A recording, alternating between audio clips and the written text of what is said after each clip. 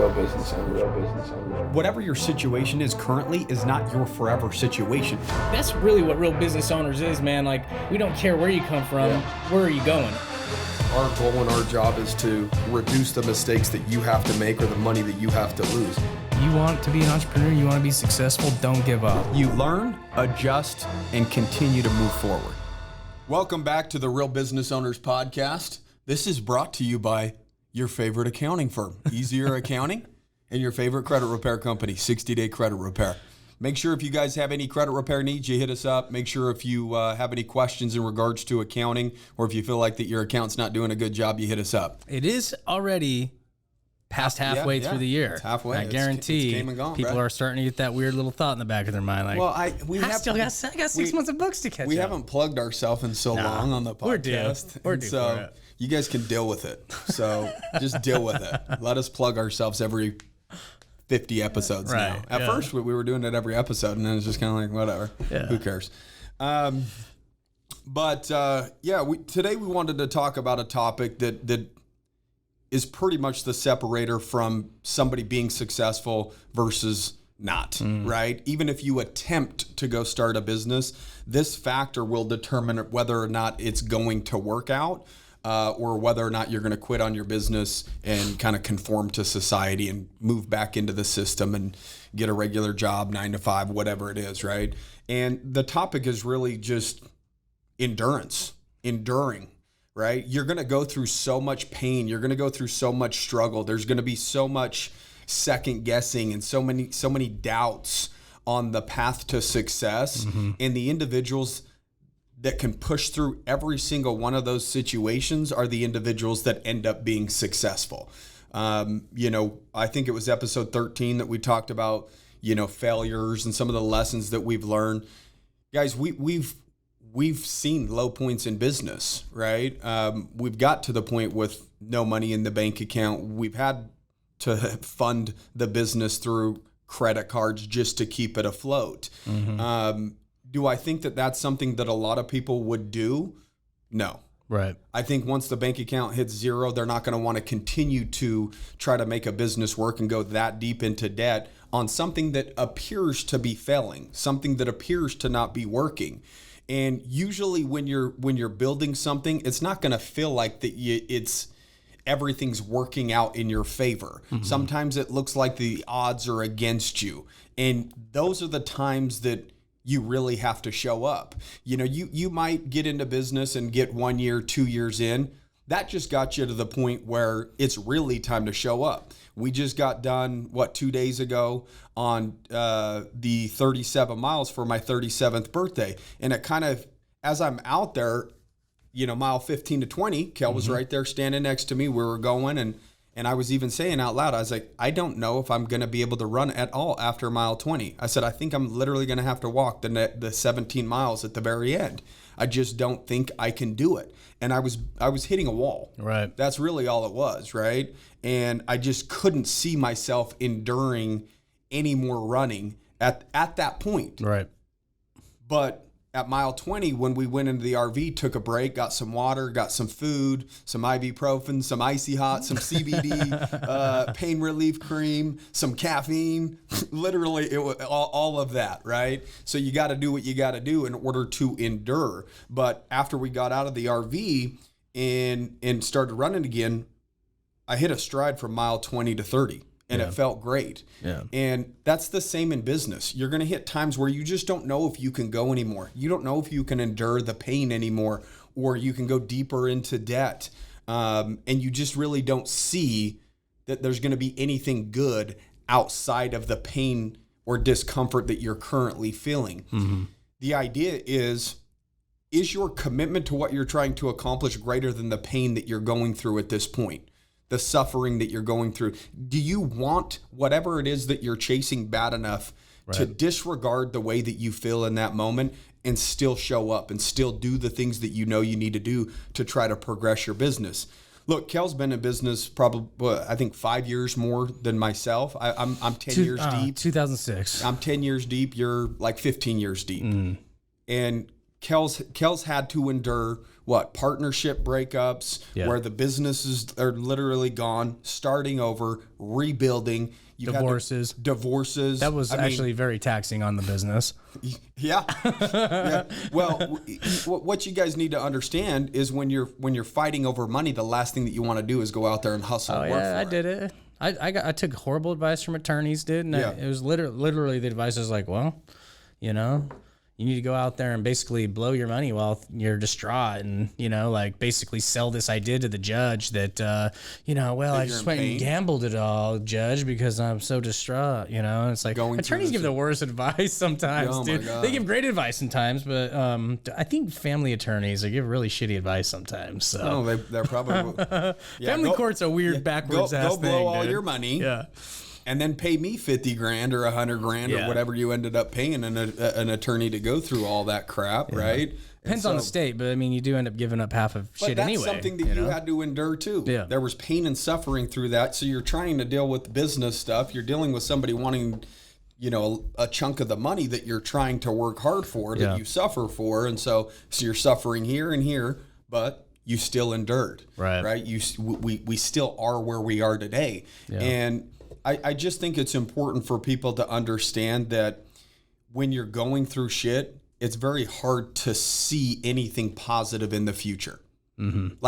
Well, I think that's a big part, dude, is first of all, a lot of people aren't long-term thinkers. Okay. Mm-hmm. And I will attribute a ton of the success that I've had in my life and in our businesses to really long-term vision and being committed to that long-term vision. Right. And it's not just for me, it's for the people that work here. It's everything, right? I got this long-term vision. And if you're truly committed to it, you'll endure shit to get to it. Right. You'll make sacrifices. You'll kick the can down the road. You'll avoid the lifestyle, things that you could go out. You'll avoid giving yourself the raises personally to reinvest back into the business. You'll make all these different sacrifices for the long-term vision, which most people don't have. I mean, we see it in the DMs, man. People looking for the shortcut all the time. There's nothing wrong with taking wisdom from other people to, I guess, speed up the process rather than having to learn the hard way yourself sometimes. But when you're looking for shortcuts versus doing the hard work, you're not willing to endure what it takes to succeed for the long-term vision.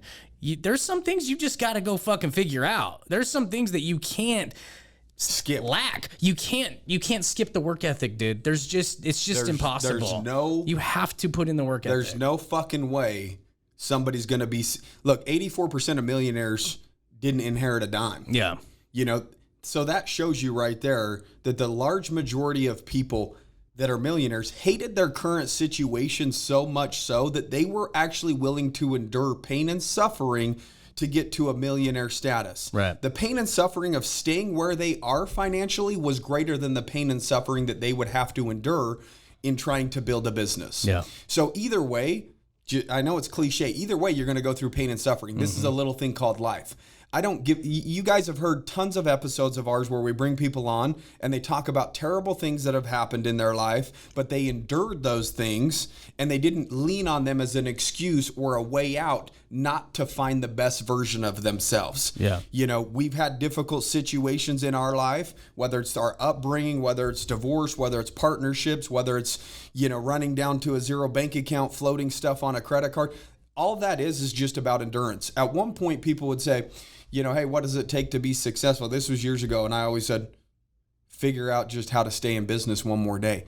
And if you do that long enough, next thing you know, it's going to be 5 years, 7 years, 8 years, 10 years, and the results will eventually be there. Right. So it's just, business is about staying in business. Yep. Find a way to stay in business, whether it is floating it on a credit card. But that doesn't necessarily mean that you just take the motion and say, okay, I'm going to get into debt, float it on the credit card, but then I'm not going to put in the work. Right. There's no fucking possible way to be successful without the work and enduring pain and suffering. 100% of entrepreneurs felt like quitting, felt like giving up. They've second guessed themselves.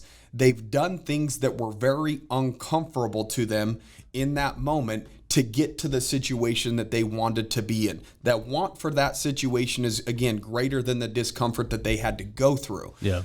In the DMs right now, literally about 15 minutes ago, you answered it last week about somebody wanting to start a YouTube channel. Yeah. And you said, well, it just depends, da, da, da. You know, we don't really focus on that much. Do you remember answering that DM or whatever? Yeah.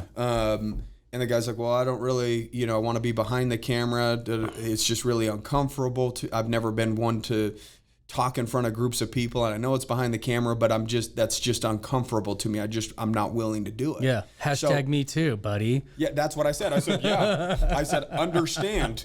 We had to go through that discomfort to get where we're at right now. Yeah. Like, it doesn't, people will look at somebody in a situation, you know, that started a podcast, you know, let's say, for instance, like us 2.5 years ago, and say, oh man, those guys, they speak well, they look like that they're comfortable on camera. Yeah, it took 2.5 years to get to the point where we're at now. And it still sometimes is uncomfortable. Like the last solo one I did, it was like I had this perfect vision in my head of all the points I wanted to hit on, and then it was like, oh, that came out totally different than I planned on, you know, in the moment, right? And it was a little uncomfortable, but you know, by the time I do my 50th solo, it's going to be a lot more comfortable. Well, right? how many times have we like recorded, whether it's a welcome video, an ad, or whatever it is, and we're sitting there talking about it, and you're like, we need to say this, and it comes out perfectly, and then the camera turns on, and then it's jumbled of words, and it's like, what? 5 seconds ago, 5 seconds ago, you just said it clear as day. Yeah. And then the camera turns on and it just does something to your mind, right? Yeah. Like you like want it to be perfect. Yeah. And now it's for the people, so it's different. Yeah. Yeah. It's just rather crazy. than thinking your thoughts and just saying it, then the camera turns on, and then at that point, everything just kind of goes blank. This is normal for everybody. And I told him, I said, look, dude, it doesn't sound like you really want what I said is, it sounds like that you want the result, but not have to go through the discomfort to get it. Yeah. That's exactly what my reply was to him. And that's exactly the way the majority of people think. Yeah, it's true. They want the result without the discomfort. They want to find a way around it. There's no way. You know, the 37 miles that we did, there was no way around discomfort. We had to go through the discomfort in order to get the result. Yeah. Now, how we did it, what you do is set a goal. It's 37 miles. I'm going to do 37 miles next month. And then at that point, habits start changing, start training a little bit, and you start moving towards that goal. But when you're out there, you don't go, okay, 1 mile in, we only got 36 left. Yeah. It was like, once we started getting deep, we're just going to run to that post. Mm-hmm. Just to that post. And then we'd hit that post and walk for just a second. Okay, we're running to that post. And so what I think people need to do is they need to do a better job of, one, like you said, long-term goal, long-term vision. Yeah. And then what you're doing is you're breaking it down into incremental steps of what you're going to do. You're chunking away at that big goal. You found moments in your day where you could go and fucking train 10 and then 20 and then, you know, however many miles before, so that because you had this vision of 37 miles, I'm gonna hit it. That was your goal. You wanted to attain it bad enough to where you were willing to take all the steps to get to it. You didn't look for a shortcut. You weren't looking like for a way to cheat and make it look like you got 37 miles, but that's what a lot of people do. You know, it's like that old metaphor of like, you know, planting your seed and waiting for time for the, you know, crop to grow. But no, there's a whole process, right? Like you've got to attain the land, and then you've got to work the land, and then you've got to plant the seeds, and then you've got to water, and you got to learn like what's the best time to water and the time of day, because if you water wrong, you can kill your crop, and you know, there's all this shit, there's all this work that's got to be done before you harvest your crop. But it sounds cool. Most people think, oh, I planted my fucking seed, so in 10 years I'm going to have this beautiful business. It's like, no, there's man. Still a lot doesn't of work work like that has to go into it. Wouldn't just film one podcast and be like, oh man, this is going to bring some business in. We made a commitment to film a podcast every single week for we said at least 3 to 5 years. We said we will not judge this podcast in the first 3 to 5 years. Yeah. Because why would you judge what your business has the capability of doing 3 to 5 years down the road on week 2? Yeah. Or month 2 or even year 2? That's all just a big setup for the big picture. Just as Kel's talking about, taking care of the land, you know, plowing the ground, planting the seed, watering the seed, pulling the weeds in order to get to that end result. The first couple years, that's all you're doing is you're laying down the foundation and you're planting the seeds and you're watering those seeds, you're pulling the weeds. The problems in your business are the weeds, right? Right. So you pull the weeds, you're trying to stay on top of all the problems so that eventually you can get to the harvest, which is the big payday in business, right? And so, yes, I had to take time out of my day to train for 3 hours, for 4 hours. One day was 5 hours and 15 minutes. That's not something that I wanted to do, but the commitment that I made was there. Yeah. So when you make a real commitment, your actions or your habits will change. Yeah. If you make a half-hearted commitment, you're not going to do anything. Yep. And so the reality is when somebody's trying to do something and they can't accomplish it, I don't really feel that bad for them because they weren't that committed to the process. Do you know how many people told me, well, why don't you just do like a half marathon? Or why don't you just do a marathon? Why don't you ride a bike 37 miles? Why don't you do, all of these people come into the situation with their limited mindset or their limited beliefs and say, tone it down. Yeah. Set something more attainable. Set something a little bit easier. Don't get me wrong. Like I was scared and at 15 to 20 miles, Kel was right there. I'm like, dude, I don't know if I can fucking run anymore. Like I literally just didn't think it was possible. You might be right now in your business at a point where you just don't think that you can go anymore. Right. That you can't endure another day or another week. How am I going to cover next month's bills? Yeah. If you want it bad enough and you're truly committed to your business, there will be a way. And it's up to you to ultimately find that way. It's not up to me. It's not up to Kel. Nobody else could find a way for me to run from mile 20 to 30. I had to dig deep and find that in myself. Yeah. And that's something that you're going to have to do inside your business. Even though it doesn't look hopeful right now, it's still completely possible. Yeah. And you have to continue to remind yourself that this is just a bleep in time. Even during that process, it was like 3 a.m. And then 4 a.m, and I was like, fuck, I'm going to have to do this for another 6 hours? I don't know if I can do it for another 6 hours. Yeah. And then I had to remind myself, it's a bleep in time. That 6 hours is going to come and go. And next thing you know, I'm going to be sitting in the RV driving home. Yeah. Whether you like it or not in your current situation, and no matter the discomfort that you're feeling, it's just a moment in time. And there's going to be a time where your RV arrives and you get to go home too, right? Yeah. In your business. There's going to be a time where you're going to be able to pull the paychecks out of your business to live the life that you sacrificed for, right? Well, and at the end of the day, going back to all the people not understanding, that's okay. A lot of people won't understand your vision. Like I didn't really understand it either. Trevor's like, I want on 37 miles for my birthday. Okay. I understand that he wants to do hard shit. I understand that he wants to push himself to a new level. I don't understand like why that was his idea, but I was like, cool, man, I fucking want to support that shit, right? Like that's badass. But most people don't. If they don't understand it, they're just like, well, why don't you just do this? And those small-minded people, or they might even be small-minded people. They might be big-minded people, but they don't understand your vision, and that's okay. Yeah. Like people don't have to understand your vision. I guess that's the point I'm trying to make about that. It's like, dude, you guys set these long-term visions. It's not for everybody else. It's for you. That's your vision. That's what you should commit to. A lot of times people, their long-term vision is what they think everybody else's long-term vision should be. Like, if your goal is just to be a millionaire and there's all these paths to being a millionaire, it's like you don't just have to follow those paths. You can create your own. Mm-hmm. You can have your own long-term vision, right? And so sometimes things just don't make sense to other people, man. And it's like, if you're super committed to it, you won't let that affect you, because a lot of times that's the number one thing that people let affect them is what everybody else's thinking is, or the fear of their criticism or not understanding, and maybe that makes you feel a little weird and different, and so you're like, well, fuck, maybe this is kind of bonkers, I shouldn't be doing it because everybody thinks I shouldn't. But at the end of the day, man, like every real true innovator that is fucking just reached this awesome success is just like, man, they just stayed committed to that long-term vision and they were willing to put in the work, and they didn't really even though they probably did care at some points, they didn't really let the people that don't understand stop them from actually seeing it through. So I had people tell me too, why is Trevor doing this? I'm like, oh, the motherfucker just wants to fucking do something hard and push himself to another level. I did. Yeah. I loved it. I loved it. Yeah, that's cool. I thought it was amazing. It was super uncomfortable. Yeah.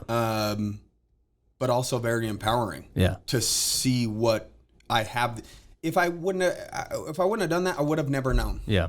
And I think a lot of people just won't ever know what their true abilities are. When I told people about it, plenty of people laughed at me. Yeah.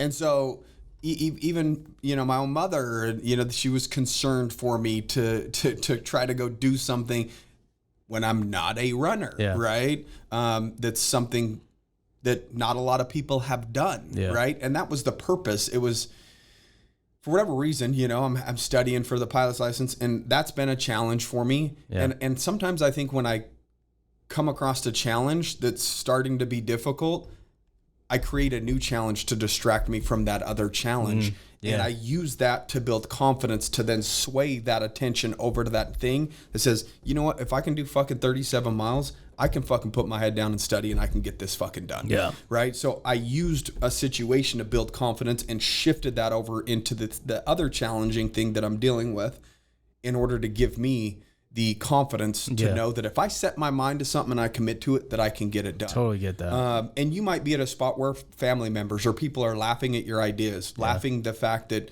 that you won't quit and give up on your business. There's going to be people that say, why don't you just go do this? Why don't you just get a job? Why don't you? They just don't understand. And one, you could let that discourage you. But when people laughed at me, I used it as fuel. I said, watch, motherfucker. So are you using what everybody says that you can't do or what you should do as fuel, or are you using it to doubt yourself? Yeah. Are you using that, you know, somebody coming to you saying, hey, man, you know, you've been struggling now for 2 or 3, when are you going to wake up? When are you going to get a real job? When are you going to, you know, start taking life serious? These are individuals that don't understand what you have in mind and what you're trying to accomplish, which is 100% okay. And it's going to happen more often than not. There's more average minds in the world than there are big thinkers in the world. So if you're a big thinker, sure, speak it into existence. Let people laugh at you, put a chip on your shoulder, and let that help fuel you to do the thing that you said that you were going to do rather than letting it discourage you. I think it's hard to say, like, don't let other people affect you, because it does affect you, man. Like I felt it even in writing that book over the last fucking year and a half. It was like, man, I restarted so many times. I did let other people affect me. I mean, just talking about book titles, and which I'm still trying to nail down the fucking perfect book title for it, even though it's all in editing. And, you know, it's like you do kind of let all this other shit affect you, but you don't have to let it stop you, right? And so I think that's kind of like one thing you got to keep in mind, because at the end of the day, I don't care how calloused you are to what other people think. At some level, shit does affect you, right? And it might, maybe you're good at telling all these people that you know, you're really not at their level, you're above their level or whatever it is in business. Like, well, yeah, it's easy to like not care, but there's maybe a people that you do aspire to that are doing shit on their level, and you take their advice and you do let it affect you. Like, at some level, there's always that care that you do let shit affect you. But at the end of the day, you don't have to allow it to stop you. Like, I had to fucking restart my book so many different times. And some of the times I did restart was because I was like, man, nah, people are going to think that's stupid. But at the end of the day, people are like, well, why are you writing about this topic? Well, because that's how I fucking built all my shit. And I think that's going to help people like me. Yeah. That were fucking teen dad dropouts that fucking built a business. Like,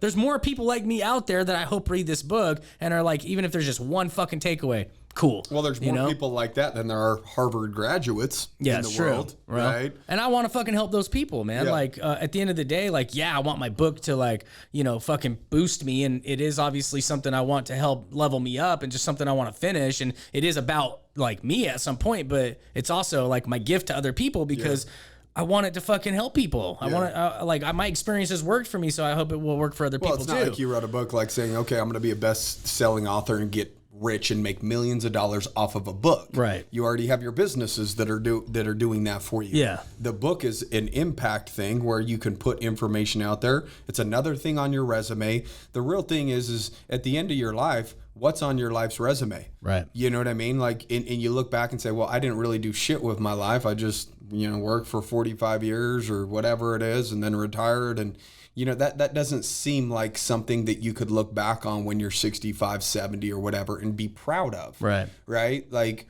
I think it's sad that we have a certain amount of years, let's say, whether it's, you know, 20 years old to 50 years old, that we could really push ourselves, you know, physically, mentally. I mean, yeah, you can when you're younger, but I don't think a lot of younger people understand the reason behind pushing themselves. Right. They just do it maybe because they enjoy a challenge or whatever it is. But once you start having an intent with some of the challenges and pushing yourself, 100%, where it's trying to force yourself to grow. What, again, I get that 37 miles, that's a physical feat. Yeah. But to me, it was more mental. about the mental side of it. Yes. You're going to doubt yourself through that whole process. And I wanted to find that doubt, and I wanted my brain to try to talk me out of doing this so that I could meet my mind head on and continue to push forward. Because look, I mean, we've been in business for a long time. Yes, we've endured struggles. Yes, we still go through struggles. None of that changes, but it's not really new to us. We already know every day we show up at the office is going to be a new fucking problem. Yeah. What's the fucking problem? Yeah. Like it always is. Welcome to the club. If you're an entrepreneur, we get it, so, it's so fucking badass getting to a certain point though, and feeling the reward of all that, enduring and sacrifice and struggle, because then you start understanding things and your vision grows too.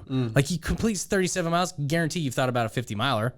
I already have. We've already hit these fucking levels in our business. And now I'm thinking, oh, software and SaaS products and $100 million acquisition or $1 billion evaluation when even 5 years ago, bro, I wasn't thinking about that. No. If someone would offer me $100 million for a company, I'd be like, fuck yeah, write the check. Fucking 10 million. We're done. But now I'm like, no. We got $1 billion business. We're building something in the billions now, right? So when you hit these levels, it's like cool. You feel the reward. You feel the sense of accomplishment because fulfillment from the progress. Maybe you do celebrate yourself a little bit, but now you're like, dude, no. Wait, I'm capable of more. The vision grows as you grow. And that's one of the most rewarding parts of long-term thinking and really putting in the fucking work to get there. That's absolutely fucking facts right there.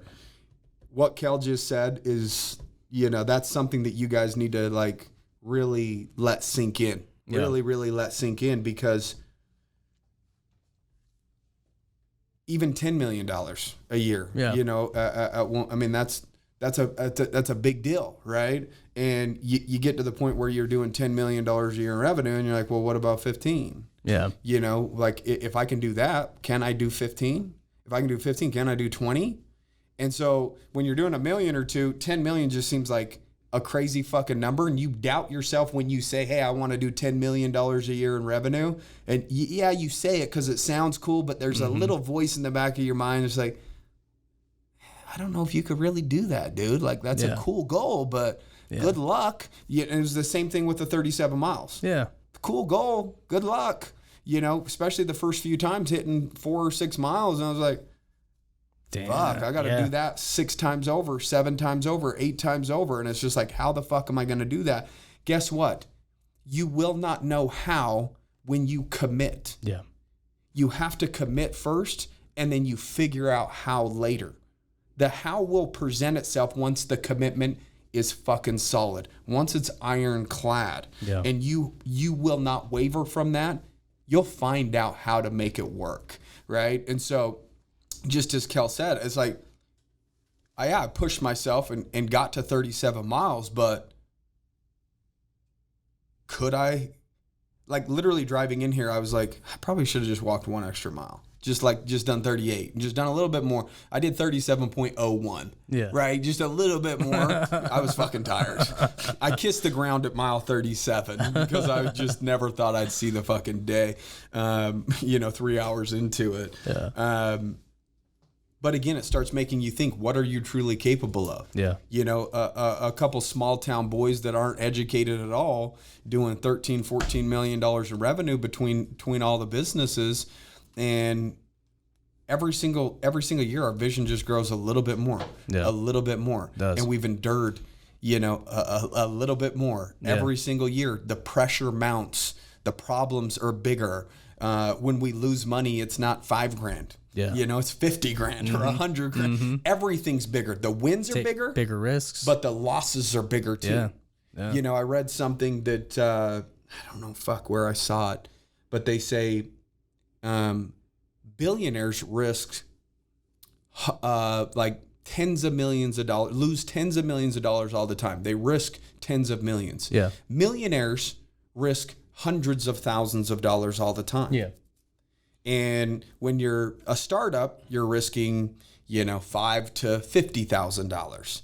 So as you grow into these new levels, you're doing the exact same thing. You're just playing with a lot more money. Yeah. That's the only difference. And so It's just so weird. I was literally having some thoughts like this in the shower today. And they said broke people won't even risk $1 to try to make more money. That's what it said. So it broke it down from billionaire to millionaire to startup to the average person won't even risk $1,000 or invest $5,000 into self-improvement. That's too much for them to improve themselves. Yeah. And I get it. Yeah. I get it. Been there. Yeah, because it's a weird leap of faith. You know what I mean? It's really weird. I was literally thinking in the shower today, dude, when I was going through all my shit that I do.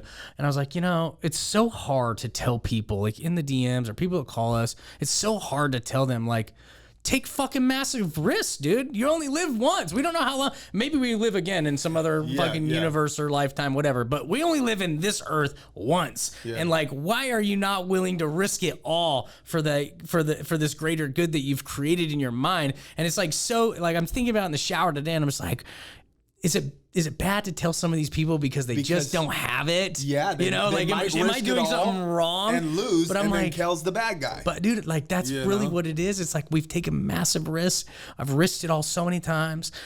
Fucking shit that most people wouldn't even do. But that really is the secret, man. That's the secret. Like, enduring pain, risking it, and doing everything that other people won't do. And it's so hard to tell people that. It's as simple as that. They work so hard for this one little thing. They're so afraid to risk it for the next big thing. Yep. And it's you're like protecting what you currently have now rather than trying to seek for something greater tomorrow. Yeah. Quit protecting your current situation to the point where you can't grow anymore. Mm-hmm. Risk your current situation for something greater. I told my wife not too long ago, I'm like, well, me and my wife have been going through the finances together, and we've been establishing our budgets together, and I told her, I'm like, we're gonna take a pay cut. And she's like, what do you mean? And I'm like, well, we're raising up a lot of people in the company. We're going to be giving up certain points that we take. We're going to be doing these things. It's going to be a pretty massive pay cut, but it's for a greater good. Like when they take on all this other responsibility and they're making more money, it's going to give us the ability and the time to go build these things that we want to build, which is going to even just bring in more money later. But we're going to be taking a pretty good sized pay cut. I mean, and she's like, well, what do you mean? I'm like, well, hundreds of thousands. It might be hundreds of thousands of dollars. But it's okay, But like, I'm willing to. Like, what am I sacrificing? Like, a few vacations. It's like probably not even that at this point. With how much cash flow we have coming in each month, you're going to be able to live the exact same life that you want. You're just stacking a little bit less cash. Yeah, that's really what it comes down to. And it's like, okay, cool. Let's pull back on 20 or 30 grand a month and. Let's give it to people to operate our businesses.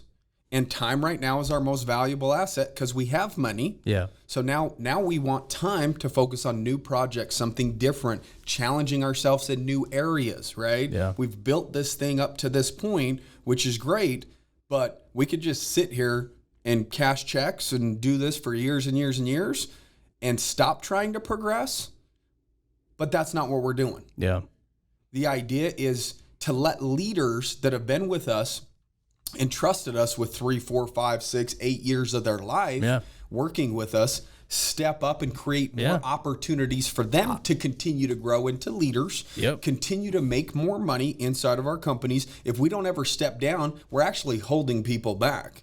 We're not giving them the opportunity to grow anymore. Holding ourselves back. We're holding ourselves back. We're stuck in this thing that it doesn't allow us to go do the next thing, right? And so some of our leaders have stepped up a lot. It's like they want the path to $1 million a year. They want to become millionaires themselves.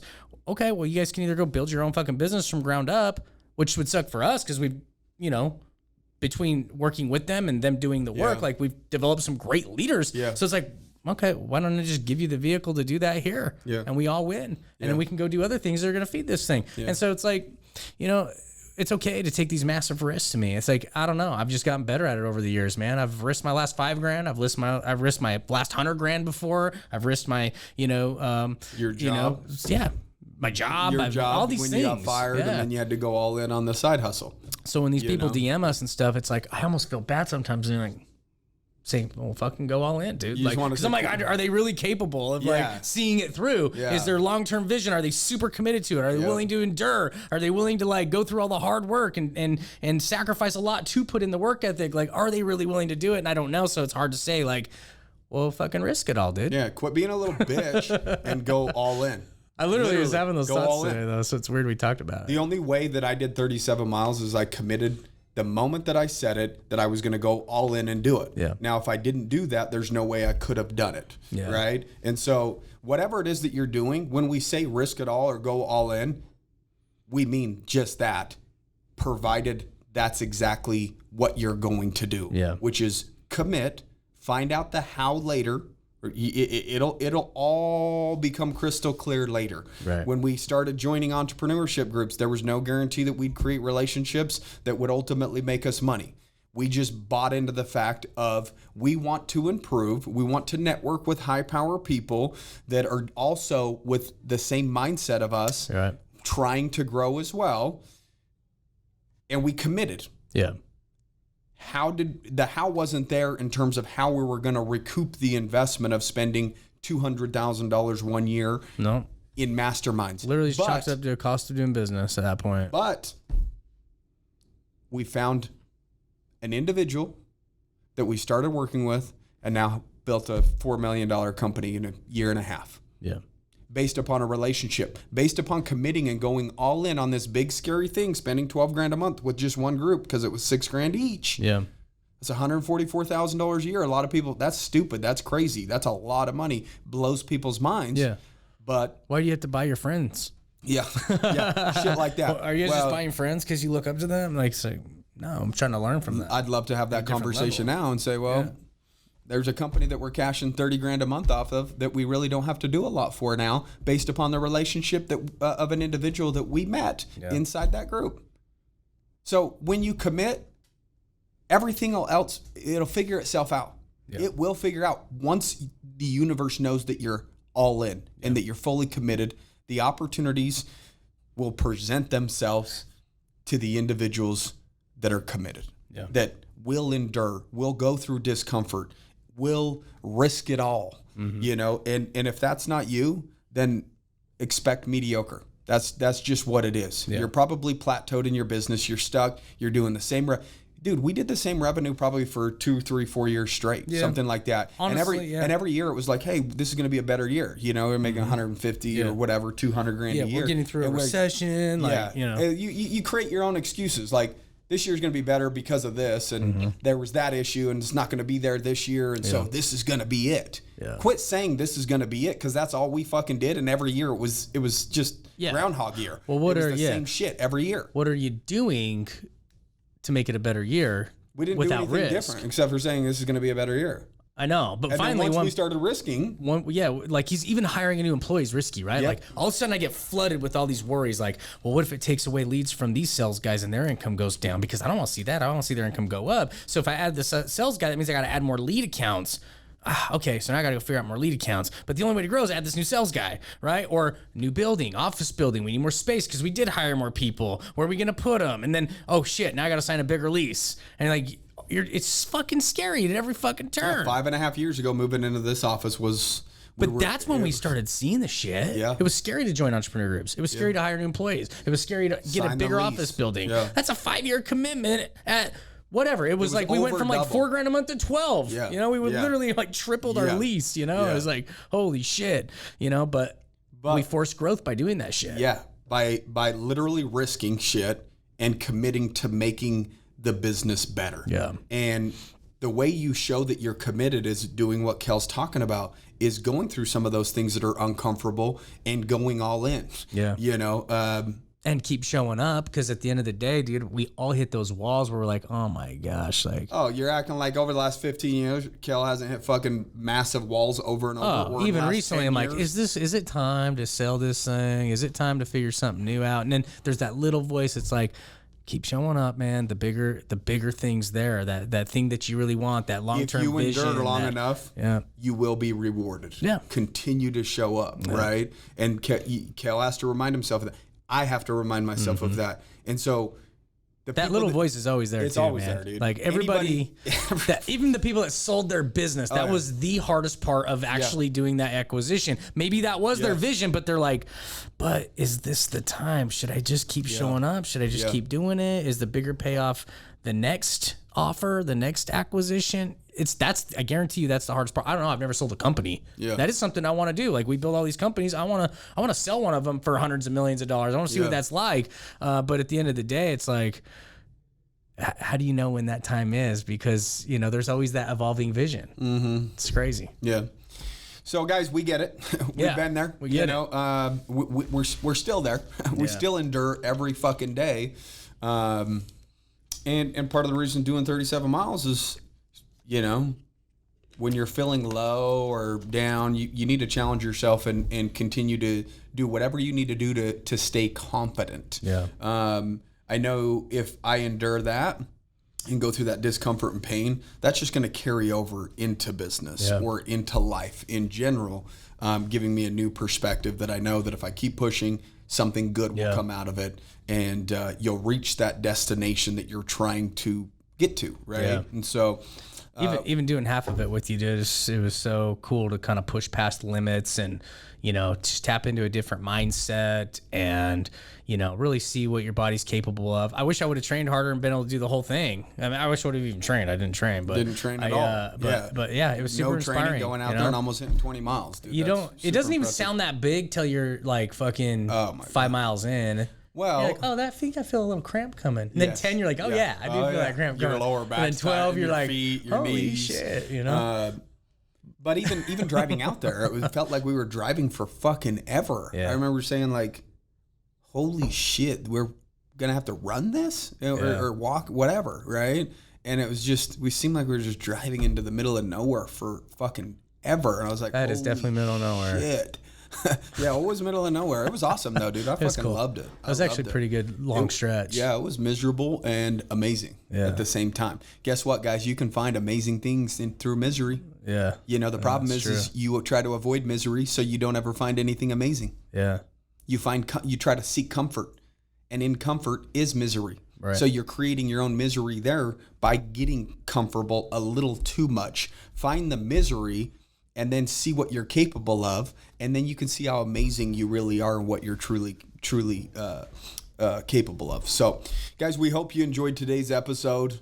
I did. Yeah. You know, I thought it was good, and I hope it impacts, you know, a few of you. And, you know, all we want you guys to do is realize that we're no different than you are. Nobody that's worth 10 million, 100 million, they're no different than you are. They've showed up a little bit longer. They put in a little bit more hours. They've endured a little bit more discomfort.